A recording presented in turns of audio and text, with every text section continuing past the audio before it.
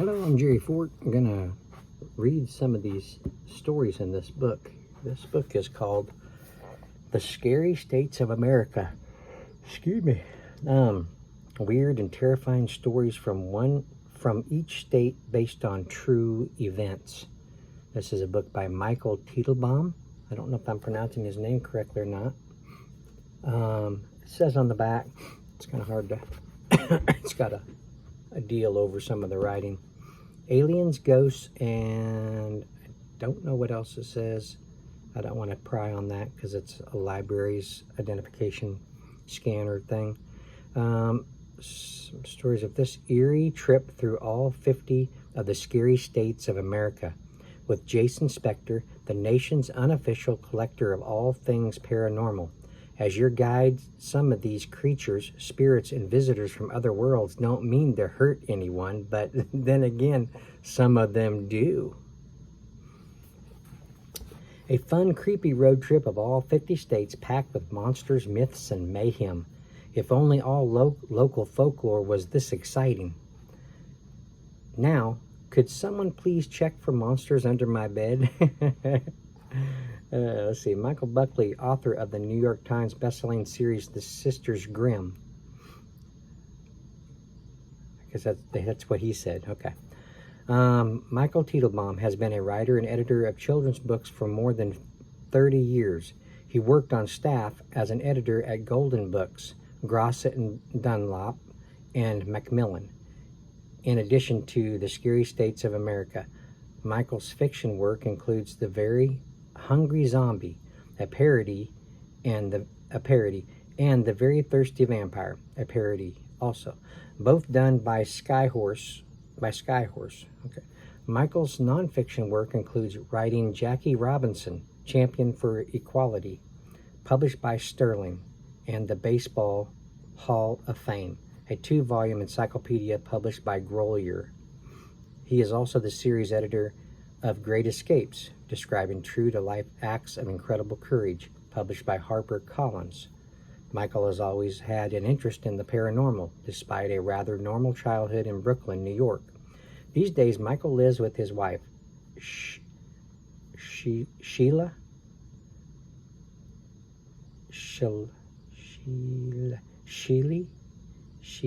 maybe, Sheleigah. It looks like maybe Sheila. That's just spelled different, maybe. And 2 talkative cats in parentheses, as yet unhaunted 180-year-old farmhouse in the beautiful Catskill Mountains of upstate New York. There's a picture of Michael there. Okay, well, let's see if we can read how this reads. I haven't read any of this, so I'm curious what this is about. It says that it's possibly a children's book, so we'll have to see what age group it is targeted at. So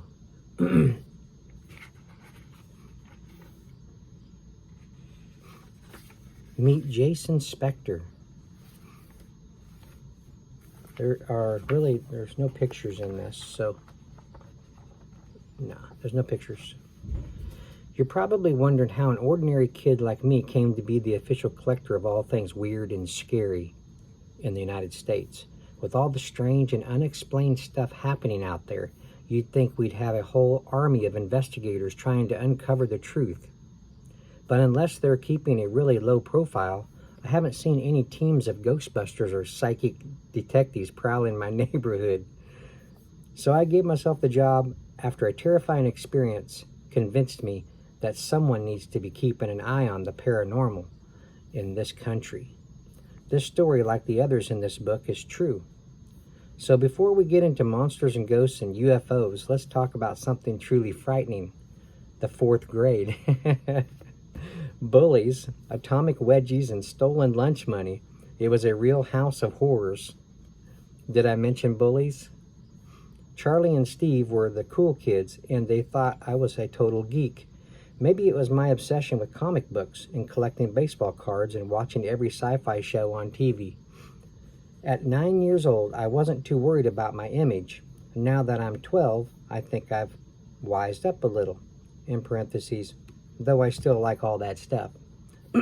Anyway, Charlie and Steve ended up in my gym class, and man, did I hate gym class. Some steroid-pumped ex-jocks former Marine commanding us to climb the rope, shoot the ball, lift the weight. They had the nerve to call that guy a teacher. A teacher? That's a question mark. Mr. Rockwell was his name. He loved to shout at me. "Specter!" he would yell. "Get off your rear and give me 20, boy." So I was reading a comic book when I was supposed to be doing push-ups. What about reading being exercise? What about reading being exercise for your brain? And, of course, he treated Charlie and Steve like future Olympic champions. They were good at every sport. After Rockwell was done yelling at me, they'd take their turn in the locker room. "Hey, Shrimp, where's the rest of you?" "Nice legs, Specter." "Did you swallow a couple of broomsticks?" So I was small for my age. Sue me. One day, I was the last to finish getting dressed after gym, or so I thought. As I tied my shoes, Charlie and Steve suddenly appeared on either side of me. "What's the matter, Specter?" Charlie cackled. "Forget how to dress yourself?" Steve laughed his goony laugh. "Well, I'm not lucky enough to have Steve here to dress me like you," I replied, realizing it was a mistake as the words left my mouth. It's fun being a wisecracker, but you have to make sure you have an easy escape route, and I didn't. Charlie grabbed me by the front of my shirt and slammed me into a bank of lockers. Pain shot down my back. Then Steve punched me in the stomach, and I felt like I was going to barf. "You think you're funny, huh, Shrimp?" Charlie snarled, shoving me back into the line of metal doors. "How'd you like it if I smacked your head into one of these lockers? You think that would be funny?"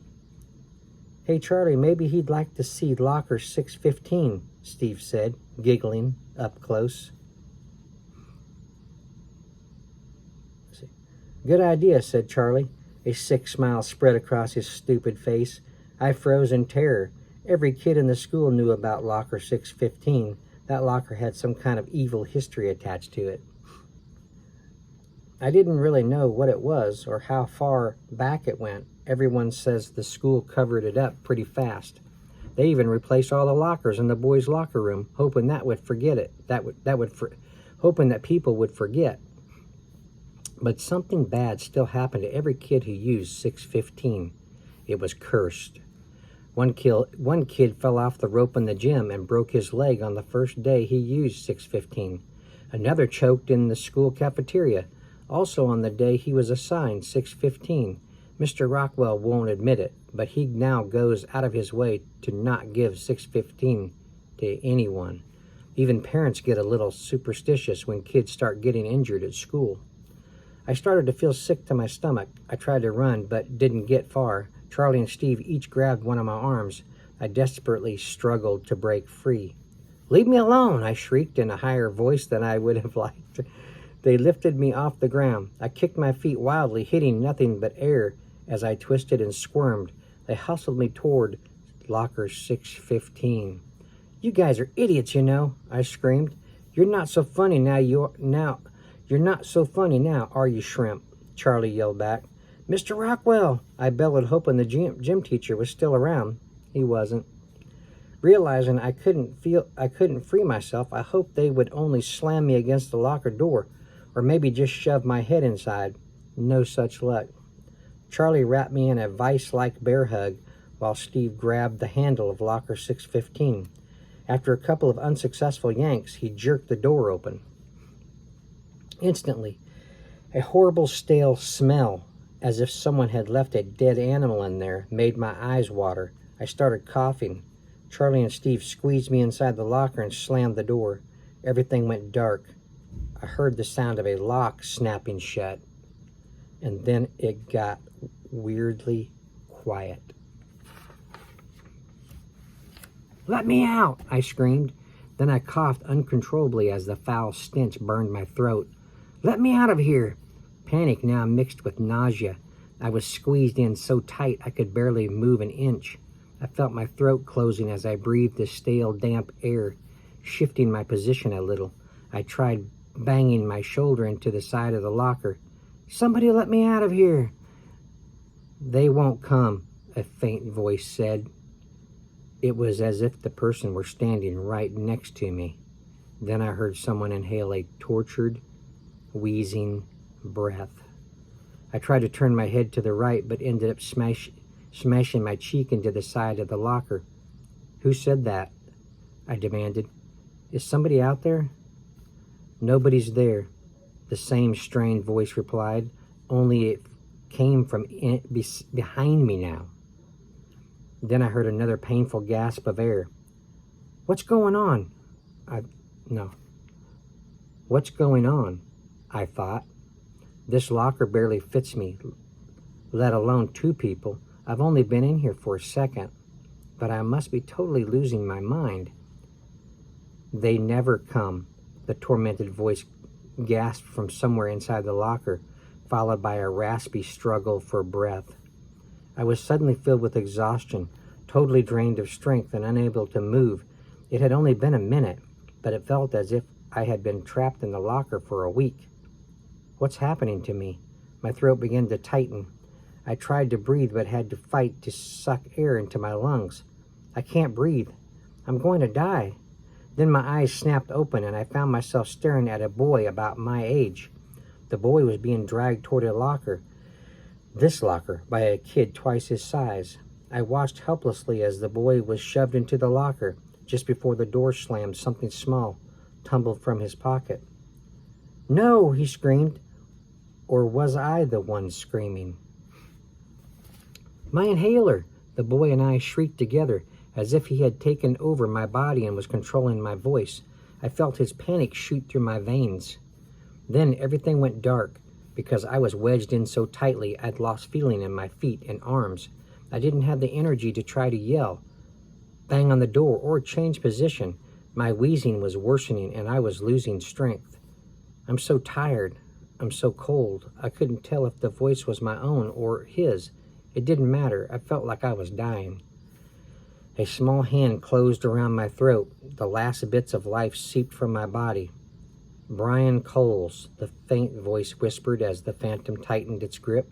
"Don't forget about me." Somewhere far away, I heard the sharp snap of metal being cut.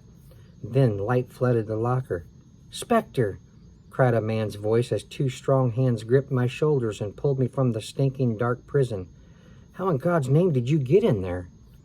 As Mr. Rockwell set me down on a bench, I looked back into the open locker and spotted the boy I had seen inside tumbling to the floor. He lay there motionless. "Specter, are you all right?" Rockwell's voice was far away. I reached down for the dead boy. When I touched his lifeless body, images flooded my brain like a super-speed slideshow.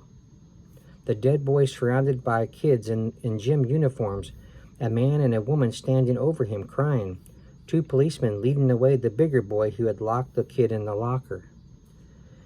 I took my hand off the boy's body and the images stopped. I felt my strength returning and I could breathe normally again. I sat up and then noticed something on the floor next to the locker, 615. Reaching down to pick it up, I was shocked to discover that it was an inhaler. I slipped it into my pocket. I had to tell Rockwell about Charlie and Steve. I didn't want them to have the chance to abuse anyone else. They were suspended from school. I was afraid they'd try to get me back, but then I realized I was more afraid of what had occurred inside the locker. Instead of letting my fear take over, I was determined to figure out what had happened to me. I Googled Brian Coles, but found only a music reviewer and a computer engineer. Then I checked out the back issue database at our local newspaper, Bingo. Brian Coles was a student at my school about 10 years ago. Some jerk shoved him into a locker and locked him in. The kid didn't know that Brian had asthma. Brian had a serious attack and didn't have his inhaler. He was trapped in that locker for hours. When they finally opened it, Brian was dead.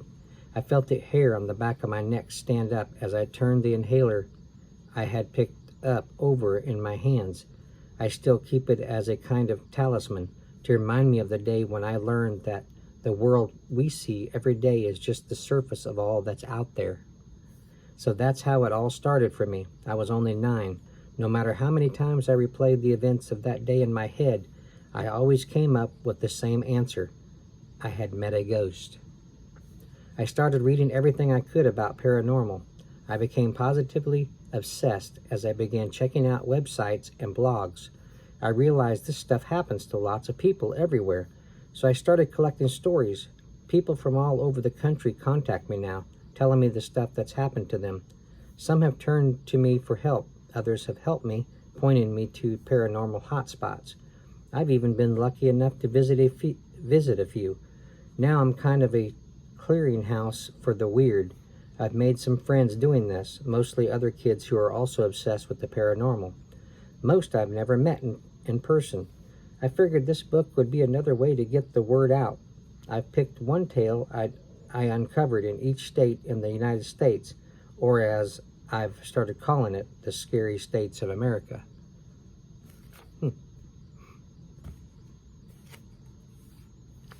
Oh, it goes on. These are my 50 favorites. Some are so scary that they'll keep you up at night, and some are just sick. Others will creep you out, but I've also learned that the paranormal world is not always a horrible place. Some spirits are actually kind, and some aliens have even saved lives. That's why I keep searching and collecting, learning all I can about the realm of the unexplained. Welcome to my world, Jason Specter.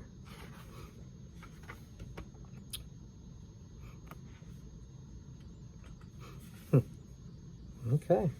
Well, there was that one. Use this here. Okay, I guess Michael Teitelbaum he put this book together for Jason Specter, I'm assuming. Because these are all stories that Jason Specter, I guess, has heard. So he's telling the stories. Trying to figure that out. Okay. Well, there's one. I was bullied a little bit in school myself. I got pushed against the lockers by a kid that was known to be a bully. I didn't get pushed in the locker, but I got pushed against it. After school, he caught me, my friend and I riding home, and a kid that I knew stalled me while the bully made his way over to me and straddled the front of my bike and asked me to get off the bike. Said, let's go a few rounds. And I wasn't gonna fight the guy. And he kept saying, come on, you're so tough. Get off the bike, let's go a few rounds. What brought that all on was that the day before that happened, I was riding home by myself, and the bully, he was walking with another guy that I knew of, and they threw a brick that came so close to my head, and I mean, if it would have hit me, it could have killed me. It was a big brick. I just out of impulse, I stopped my bike and I turned around and I said, "Hey, you SOB," said the words. "You almost hit me with that." And they were surprised that I said anything at all. They said, "Come on back here." And I said, "That's okay." So I rode on, knowing I'm gonna run into these guys at school the next day. You know, it's gonna happen. So, and sure enough, that one of the guys pushed me into my locker like that. You know, just against it as I'm getting stuff out of it. And And then that day is when he wanted me to get off my bike so he could fight with me. He was tall. He was a real tall guy. Known to have martial arts skills in Taekwondo. Did he? I don't know. But I'd never really had a real fight before, so I wasn't knowledgeable on fighting. So I said, no, I'm not gonna get off my bike and fight with you, you know. So he just out of nowhere, my friend was sitting right next to me on his bike while this was all going on, and he just out of nowhere, he just went boom, hit me across the jaw like that real fast, called me a P-U-S-S-Y, walked on, and then after he'd left, I looked over at my friend and I said, that didn't even hurt. So it's like, I guess my jaw just kind of gave. If I would have, you know, held my head real tight, probably would have broke my jaw, but I wasn't expecting the punch. So anyway, after that, he didn't bother me anymore. He just left it alone. I even tried a little experiment some days, walking past him. I said, "Hey, Kurt." Oh, that's what his name was. And he'd say, "Hey, what's up?" He'd like, "Who was that?" Doesn't even remember. He probably bullied, you know, many kids a day, so he's not going to remember every kid, probably. But anyway, that was probably my biggest run-in with a bully type person. But anyway, just thought I'd relate that with this story.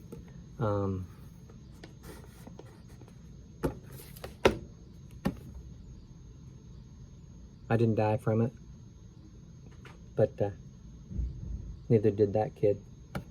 So, from his experience, but that happens. That does happen. Kids, you know, bully other kids like that and lock them in the locker. But to leave them in there and not even worry about what's going to happen to them, it's pretty bad. It's pretty bad. Okay, I'm going to end here. I thank y'all for watching. I appreciate it. I'll try to read another one here soon. I only got this book for a few days, so I'll see if I can knock out the stories. All right, thanks for watching. Appreciate it. See you on the next one.